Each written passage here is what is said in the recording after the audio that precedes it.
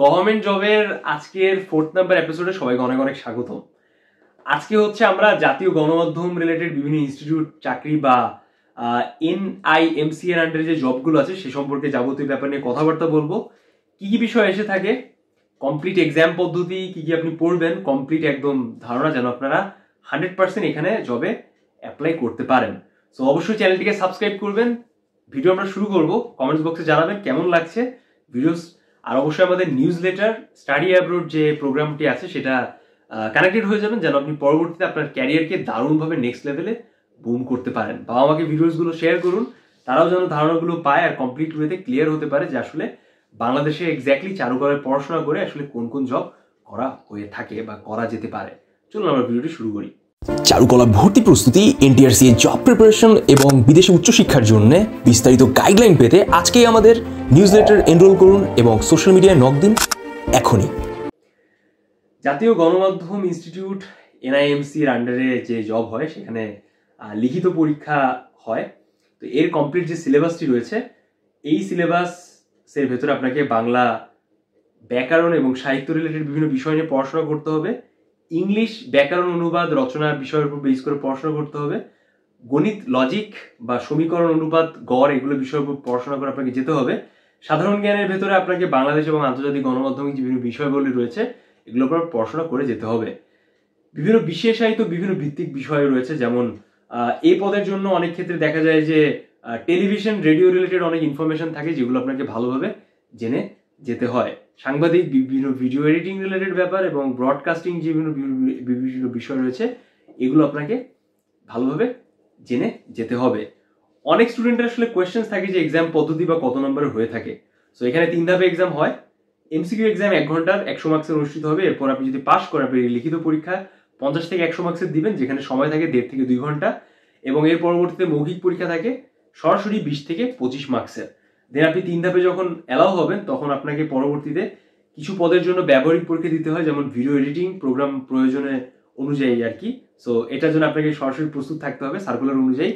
যারা মিডিয়া স্টাডিজে পড়াশোনা করছেন, ফিল্ম অ্যান্ড মিডিয়া স্টাডিজে পড়াশোনা করছেন, অথবা থিয়েটার অ্যান্ড পারফরমেন্স স্টাডিজে পড়াশোনা করছেন, তাদেরও কিন্তু এই জবগুলোয় কিন্তু অ্যাপ্লাই করার সুযোগ রয়েছে।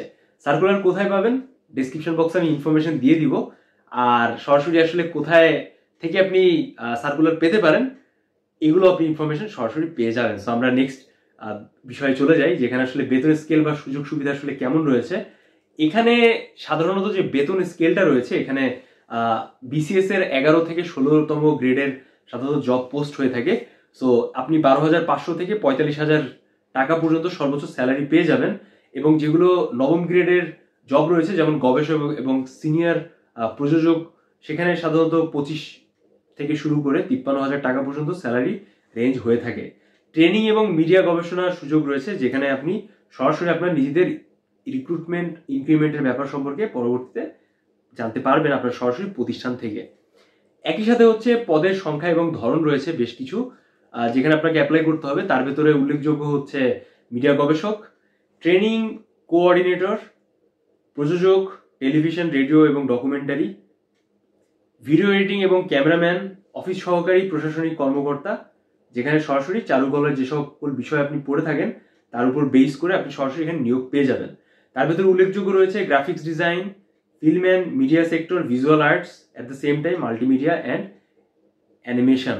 সো যারা এরকম সেক্টরে রয়েছেন আজকের ভিডিওটি দেখছেন, তারা সরাসরি হচ্ছে ট্রাই করবেন যে এই পার্টিকুলার এরিয়ায় জবের জন্য অ্যাপ্লাই করেন, কারণ দারুণ কিন্তু স্যালারি রেঞ্জ রয়েছে। আচ্ছা, এর পরবর্তীতে আমরা যে জব সেক্টর সম্পর্কে জানবো এটা হচ্ছে বাংলাদেশ বেতার। বাংলাদেশ বেতারও কিন্তু খুব ইন্টারেস্টিং ওয়েতে পরীক্ষা হয়ে থাকে, যার ভেতরে উল্লেখযোগ্য হচ্ছে বাংলা, ইংরেজি, গণিত, সাধারণ জ্ঞান এবং বিভিন্ন বিষয়ভিত্তিক প্রশ্ন। সো প্রায় আগের মতো ব্যাপারের উপর বেস করে পরীক্ষা অনুষ্ঠিত হয়, বাট বাংলা ব্যাকরণ এবং সাহিত্য রিলেটেড বিষয় থেকে এসে থাকে। ইংরেজি হচ্ছে ব্যাকরণ, অনুবাদ এবং রচনা থেকে এসে থাকে। আর অলরেডি আপনি স্ক্রিনে দেখতে পাচ্ছেন কি কি বিষয় এসে থাকে। প্রশ্নভিত্তিক প্যাটার্নটাও অলমোস্ট সেম। 100 মার্কসের MCQ, 1 ঘন্টার এক্সাম, 50 থেকে 100 মার্কসের লিখিত পরীক্ষা, 2 ঘন্টার এক্সাম, মৌখিক পরীক্ষা 20 থেকে 25 মার্কস, এবং কিছু কিছু পদের জন্য বিভিন্ন ধরনের নিউজ এডিটর, প্রযোজক এবং ধ্বনি প্রকৌশলী বিষয়ে নিয়োগ দেওয়া হয়ে থাকে। সার্কুলার কোথায় পাবেন? ডেসক্রিপশন বক্সে ইনফরমেশন রয়েছে, আর স্ক্রিন আপনি এখন দেখতে পাচ্ছেন। আর বেতন বা যে বিভিন্ন বিষয় রয়েছে এখানে 8ম থেকে 11 গ্রেড স্যালারি হচ্ছে 22 থেকে 53,000 টাকা। একই সাথে হচ্ছে 9ম থেকে 12 থেকে 16তম যে গ্রেড রয়েছে সেখানে আপনি 12,500 থেকে 30,000 টাকা স্যালারি পাবেন।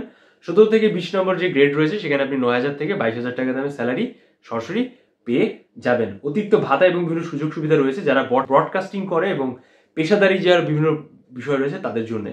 পদের সংখ্যা বা ধরন যদি আমি কথাবার্তা বলি, এখানে সংবাদ উপস্থাপক বা সম্পাদক, প্রযোজক যে ক্যাটাগরি রয়েছে সেখানে সরাসরি অনুষ্ঠান, নাটক এবং সঙ্গীত রিলেটেড বিভিন্ন বিষয়, ধ্বনি প্রকৌশলী, সাউন্ড ইঞ্জিনিয়ার, অডিও মিক্সিং বিভিন্ন বিষয় রয়েছে, ক্যামেরাম্যান এবং ভিডিও এডিটর এবং আইটি, ব্রডকাস্টিং, টেকনোলজি বিভিন্ন বিষয়ে কিন্তু এখানে জব রয়েছে। এখানে সরাসরি হচ্ছে আপনি বাংলাদেশে যেসব বিভিন্ন বিষয় রয়েছে যেমন graphics design, film and media studies, at the same time visual এবং সাউন্ড ডিজাইন এবং অডিও প্রযোজনায় যারা পড়াশোনা করেছেন তারা কিন্তু সরাসরি এখানে জব করতে পারবেন। 3 নম্বর ব্যাপারটি হচ্ছে বাংলাদেশ টেলিভিশন বা বিটিভি চাকরি পাওয়ার যে বিভিন্ন বিষয় রয়েছে সেটা নিয়ে। এখানে আসলে কি কি বিষয় আসলে আপনি পড়াশোনা করবেন জবের জন্য।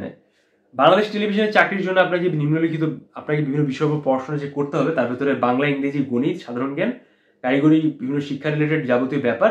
প্রশ্ন পদ্ধতি হচ্ছে এমসিকিউ এবং লিখিত পরীক্ষা একসাথে অনুষ্ঠিত হয়ে থাকে। লিখিত পরীক্ষা 1 নম্বর প্রতি প্রশ্ন থাকে, নেগেটিভ মার্কিং হতে পারে, ডিপেন্ড করে আপনার কোয়েশ্চেন প্যাটার্ন দেওয়ার উপরে। লিখিত পরীক্ষা 10 থেকে 20 নম্বরের হয়, যেখানে রচনা রিলেটেড কোয়েশ্চেন্স থাকে, আপনাকে সেখানে সরাসরি ব্যাখ্যাও করতে হবে। এবং মৌখিক পরীক্ষা 20 থেকে 25 মার্কসের অনুষ্ঠিত হয়ে থাকে। আপনি সবগুলোই বিষয়ে এর প্রতিষ্ঠানে যে অফিসিয়াল ওয়েবসাইট রয়েছে সেখানে পেয়ে যাবেন, আর ডেসক্রিপশন বক্সে আমি সরাসরি দিয়ে দিব। বিভিন্ন নিউজ পোর্টাল, অনলাইন ওয়েবসাইটের থ্রুতে সার্কুলারও অনেক সময় দেওয়া হয়ে থাকে। অলরাইট, এখানে বেতন স্কেল রয়েছে। আমরা যদি 8ম থেকে 11 গ্রেডের কথাবার্তা বলি, 22 থেকে 53,000 টাকা। 12 থেকে 16 নম্বর গ্রেডে 12,500 থেকে 50,000 30,000 টাকা এবং 17 থেকে 20তম গ্রেডে রয়েছে 9,000 থেকে 22,000 টাকা পর্যন্ত। পদের সংখ্যা এবং ধরন খুবই ইন্টারেস্টিং। প্রোগ্রাম প্রযোজক, news editor, video editor, cameraman, presenter উপস্থাপক, লাইটম্যান, সাউন্ড ইঞ্জিনিয়ার এবং টেকনিশিয়ান এখানে রয়েছে। চারুকলায় যেসব বিষয়ে পড়লে আপনি এখানে জব করতে পারেন সরাসরি হচ্ছে ডিসক্রিপশন বক্সে আপনি পেয়ে যাবেন এবং স্ক্রিনে কিন্তু আপনি সরাসরি দেখতে পাচ্ছেন। অলরাইট, বাংলাদেশে কিন্তু উন্মুক্ত বিশ্ববিদ্যালয়ে বেশ কিছু চাকরির সুযোগ রয়েছে যার জন্য আপনাকে পড়াশোনা করতে হবে বাংলা, ইংরেজি, গণিত, লজিক্যাল বিভিন্ন অ্যানালিটিক্যাল কোয়েশ্চেন্স, সাধারণ জ্ঞান, বিশ্ববিদ্যালয় সংক্রান্ত বিভিন্ন বিষয়ভিত্তিক পদের জন্য কিন্তু আলাদা ইন্ডিভিজুয়াল পড়াশোনা আপনাকে করা লাগবে। এখানে কিন্তু সরাসরি হচ্ছে এমসিকিউ লিখিত এবং মৌখিক পরীক্ষা হয়ে থাকে, যেখানে এমসিকিউ 100 মার্কস, লিখিত 50 থেকে 100 মার্কস এবং এরপরে ভাইভাতে 20 থেকে 25 মার্কসের একটা ভাইভা অনুষ্ঠিত হয়ে থাকে। সার্কুলার আপনি সরাসরি ডেসক্রিপশন বক্সে পেয়ে যাবেন এবং আমি অলরেডি স্ক্রিনে দিয়ে দিয়েছি, আপনি এটাও দেখে নিতে পারেন। বেতন সংখ্যাগুলো, সুযোগ সুবিধাগুলো আপনি সরাসরি স্ক্রিনে দেখতে পাচ্ছেন অলরেডি। এখানে কিন্তু সরাসরি আপনি যদি দেখেন প্রভাষক পদে 22 থেকে 53,000 স্যালারি রয়েছে, সহকারী অধ্যাপক পর্যায়ে রয়েছে 35 থেকে 71,000 টাকা দামের স্যালারি এবং অধ্যাপক পর্যায়ে রয়েছে 56 থেকে 1,20,000 টাকা পর্যন্ত স্যালারি। সো যারা এই পদে অ্যাপ্লাই করতে যাচ্ছেন তারা কিন্তু সরাসরি অবশ্যই বিচক্ষণতার সাথে অ্যাপ্লাই করবেন। পদের সংখ্যা এবং ধরন হচ্ছে অফিস সহকারী, প্রভাষক, অধ্যাপক, গবেষণা কর্মকর্তা, audio visual, IT, graphics design এবং ক্যামেরাম্যান, ডিপেন্ড করে পদ অনুযায়ী আর নিয়োগ অনুযায়ী। সো চারুকলার যারা ফাইন আর্টসে পড়াশোনা করে, গ্রাফিক ডিজাইনিংয়ে পড়াশোনা করে, multimedia and creative subject related বিভিন্ন বিষয়ে যারা পড়াশোনা করে তারা কিন্তু এই পদের জন্য অ্যাপ্লাই করতে পারে। যারা বিভিন্ন প্রতিষ্ঠানে পরীক্ষা দিচ্ছেন, অনেক বেশি পরিমাণে ফেড আপ, ক্লান্ত হয়ে গিয়েছে, আমি তাদেরকে বলবো অবশ্যই এরকম যাবতীয় ব্যাপারগুলো ট্রাই করার জন্যে। সো এটা ছিল হচ্ছে আজকে ওভারঅল আমাদের 4th নাম্বার এপিসোড।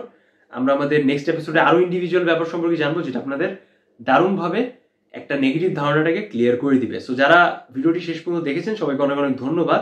চ্যানেলটিকে সাবস্ক্রাইব করবেন এবং অবশ্যই আমাদের পাশে থাকবেন। কমেন্টস বক্সে জানান কোন স্পেসিফিক জব আপনাদের জন্য অনেক পছন্দের এবং কোথায় আপনি নেক্সট অ্যাপ্লাই করতে চাচ্ছেন।